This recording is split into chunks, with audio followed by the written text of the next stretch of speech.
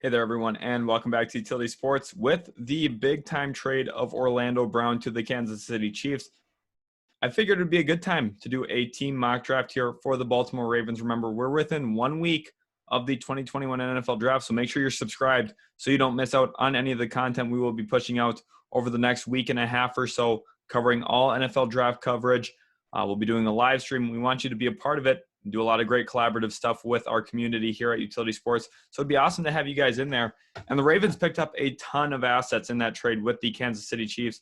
Did send out their own second-round pick, though. So there is a little bit of a shakeup in what a mock draft would look like for Baltimore. So let's jump into it here. What could it look like? We're going to do a 4-round mock. That is generally what we do here on the channel.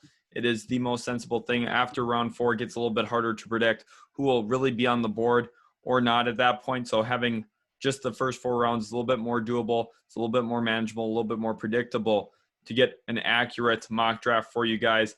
And here we're seeing the 3 QBs go off the board 1 through 3. We expect that to happen.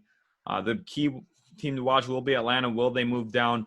I'm not sure yet, but from a Baltimore standpoint, I want to grab a wide receiver here at pick 27. That's my hope. But we've already seen a lot of the top wide receivers go off the board. So now will we see a guy like Rashad Bateman fall to 27? If Rashad Bateman is there at 27, I don't care who else is on the board. I am running that pick up to the table. If I am the Baltimore Ravens, I'm running that up to the podium. That would be my surefire pick. Mac Jones is still on the board, actually. This is very interesting. We'll see if a wide receiver goes. Mac Jones does go 20th overall. Rashad Bateman goes. Elijah Moore goes. Okay, so now maybe we see some of those wide receivers fly off the board like we were talking about. And here we are. Pick 27, Owusu Koramoah is still on the board. Wow, okay, so that is not a need. Owusu Koramoah is not a need, but I think he's a top 10 player in this class, so I'd have a hard time not taking him here at 27, knowing I also have pick 31. But for realism's sake, I'm not going to take Owusu Koramoah here. He will not be a Baltimore Raven at the end of the day, but he is the player I would greatly look at. Interestingly enough here, there is Elijah Vera Tucker on the board yet at this point. He is the player I'm leaning towards a little bit just with who's went off the board at wide receiver. I know wide receiver is a need here, Ravens fans. I know you want one. Kadarius Toney is still on the board at this point. So is Terrace Marshall. But I think it's a lot more likely that in the next few picks we could see Elijah Vera Tucker fly off the board, and there's still a couple wide receivers I like at this point. We only have to wait 3 picks in between. I'm going to go here. I'm going to grab Elijah Vera Tucker. This is a good pick because Vera Tucker, despite the Alejandro Villanueva signing, could function realistically at right tackle, but it would also be a very good interior left guard for the Baltimore Ravens. I like that they brought in Kevin Zeitler from the New York Giants this offseason. I think Elijah Vera Tucker gives them some versatility along that offensive line to fill in some of their needs when it applies to them. But also at the same point, I think he's one of the top offensive linemen in this class. I have him ranked 3rd out of all offensive linemen and number 1 as an interior offensive lineman. And I think at 27 here, he's just too good of a player to pass up on. Owusu Koramoah does go the pick after. And look, just like I said, none of the wide receivers went from picks 28 through 30. So we still have our choice from the guys that are there. So now there's 2 different routes we could go. Kadarius Toney, who's a little bit more gadgety, but this guy's really shifty, can really change direction. Well, I like what he brings a lot. But there's also Terrace Marshall Jr. here, who can function as a really good red zone threat. I think he's better off the line of scrimmage than Kadarius Toney. These guys are just 2 different wide receivers. And there for Baltimore, you also have to be saying, well, they brought in Sammy Watkins. Do they need to even look at the wide receiver? I'm not high on the Sammy Watkins signing. I don't think that is that great of a move, to be completely honest. Here also, Azeez Ojulari makes a lot of sense. I think he's a perfect fit into that edge position for them to replace Matthew Judon. I know that my co-creator here on the channel, Austin, would really love that pick. I'm actually going to opt for Azeez Ojulari here, playing as that outside linebacker pass rusher for them. He is the direction I'm going to go. I know some of you might not be happy I passed on wide receiver. I get it. That is a need for sure. But at the same time, I feel like I've addressed the defensive, the line of scrimmage on both sides of the ball, the point of attack. This is what the Ravens do historically. They are great up front, often, consistently. And the Ravens, they're not going to mess around. They use both their first-round picks to improve greatly on both sides of the ball. one on the offensive line, the other on the defensive line. I think that this is a much better situation now for the Baltimore Ravens. You're looking at turning Orlando Brown into a very quality offensive lineman, someone who's going to be cheaper against the cap, which is a really big point there in Baltimore. You need to have some flexibility against the salary cap situation, especially when you consider that Lamar Jackson's about to get a massive, massive payday in the near future. I think this makes the most sense at this point with what was on the board. And also, we're seeing Jabril Cox fall quite a bit here. If he is there at our pick, I know that's not a need for the Ravens is bad, but he is just too good of a player to pass up on. There's no way Jabril Cox goes outside the top 80. I don't care what this mock draft's doing. Jabril Cox is way too good. I think he's a second-round pick. And I wouldn't be surprised if a team that really liked him took him, possibly like New Orleans at 28. I think that would make some sense as well. He's a very, very good player, very talented. And I'd be just absolutely shocked if he fell as far as he did in this mock draft here. But now we see Chatarius Atwell go off the board at 93. And now at 94, we're in an interesting spot. We've touched up both sides of the point of attack. We grabbed an edge rusher. We grabbed a tight end, or not a tight end, rather, an interior offensive lineman, rather. And now it's time to look at the wide receiver position. There are a few guys that I do like quite a bit yet in this class. And I think that there's a lot of different areas where we could really improve in a lot of ways. Looking at it here, if I had to think about one player I wanted to grab at this wide receiver position, he is a little bit lower on this list here, I think.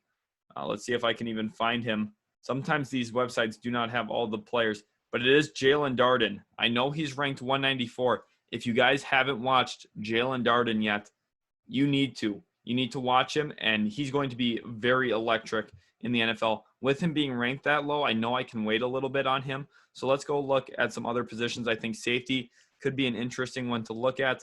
I know a lot of people really like Andre Sisco or Darius Washington as well. I think those two guys do make some sense at this point. If they wanted to look for someone who's maybe a long-term replacement to Chuck Clark, I could see that as a real possibility.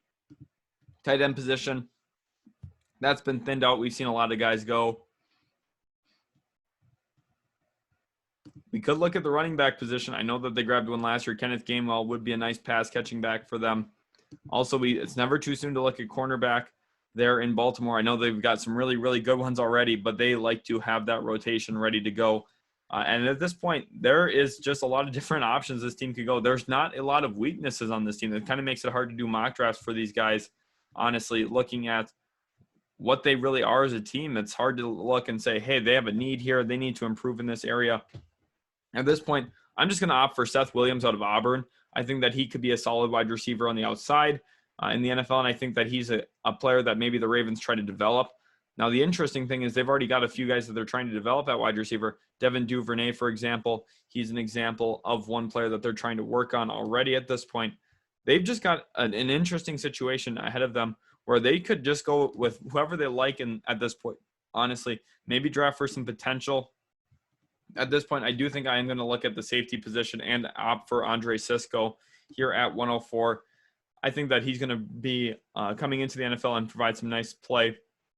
Syracuse has quite a few players actually in that secondary this year that are going to come in and I think be quality players in the NFL a few years into their career. I think Andre Sisco is the lead example of that, honestly, from this class. Victor Dimukeji goes, if I hadn't grabbed an edge already at this point, he would have been a player I really did look at.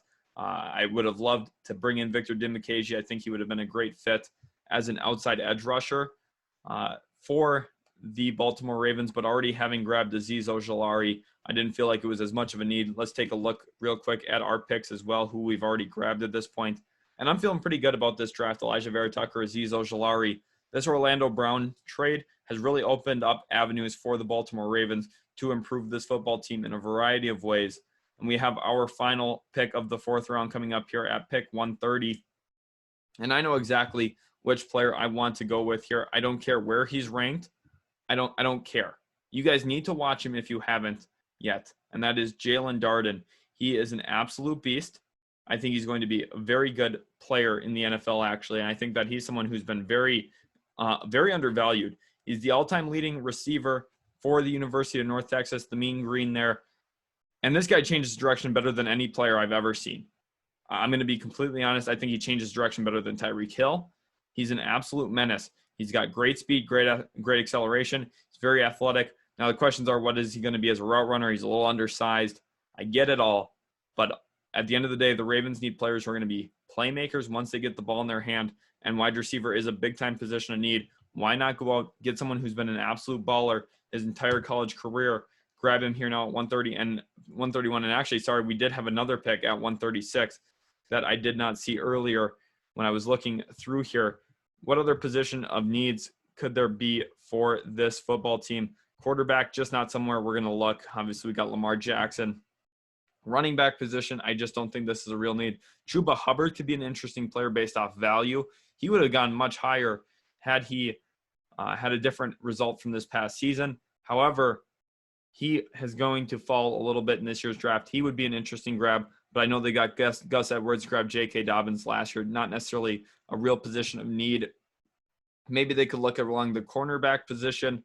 Another thing is maybe they look to get a little bit more physical on that defensive line and take someone who has some high upside like Marvin Wilson out of Florida State. Calais Campbell's not going to be around forever. Maybe they take a draft and stash approach with Marvin Wilson, let him grow for a little bit, let him sit and develop. And I think that could be something we really see the Ravens do. And they have a lot of picks now. They're a team who historically they hit extremely often during the NFL draft. I think that they're one of the best drafting teams, and they just got a whole bunch of assets in the trade for Orlando Brown. I think that this is a very, very strong 4-round mock draft for the Baltimore Ravens, grabbing Elijah Vera-Tucker out of USC, someone who's versatile along that offensive line. Azeez Ojulari, who I think is a perfect fit into that defense that they run there in Baltimore. He will be a perfect replacement to Matt Judon early on. Seth Williams, a nice grab, gives them another option at wide receiver. Andre Cisco, long-term replacement possibly for Chuck Clark. I know a lot of Ravens fans really do like Deshaun Elliott, so we'll see what they get out of him this next year. Jalen Darden, I think the upside pick there is insane. I love what Jalen Darden's going to be in the NFL. He's one of my favorite players in this class, actually. And at pick 136, they grabbed Marvin Wilson. A whole complete draft here. They touched wide receiver a couple times, went along the offensive line once, grabbed an edge, grabbed an interior defensive lineman, and also someone for their secondary. I like this draft a lot for the Baltimore Ravens. I would have to give this an A-, maybe an A. But at this point, I think that this is a very strong draft. If they pull these players on draft night, I would be very, very happy for them. I think Ravens fans have a lot to be excited about after the Orlando Brown trade. Let me know in the comments below if there's another team you'd like to see us do here for a mock draft right before the NFL draft. Thanks again, guys. Hope you enjoyed the video. And if you did, hit that like button, subscribe, and turn on the notification bell. We'll catch you in the very next video.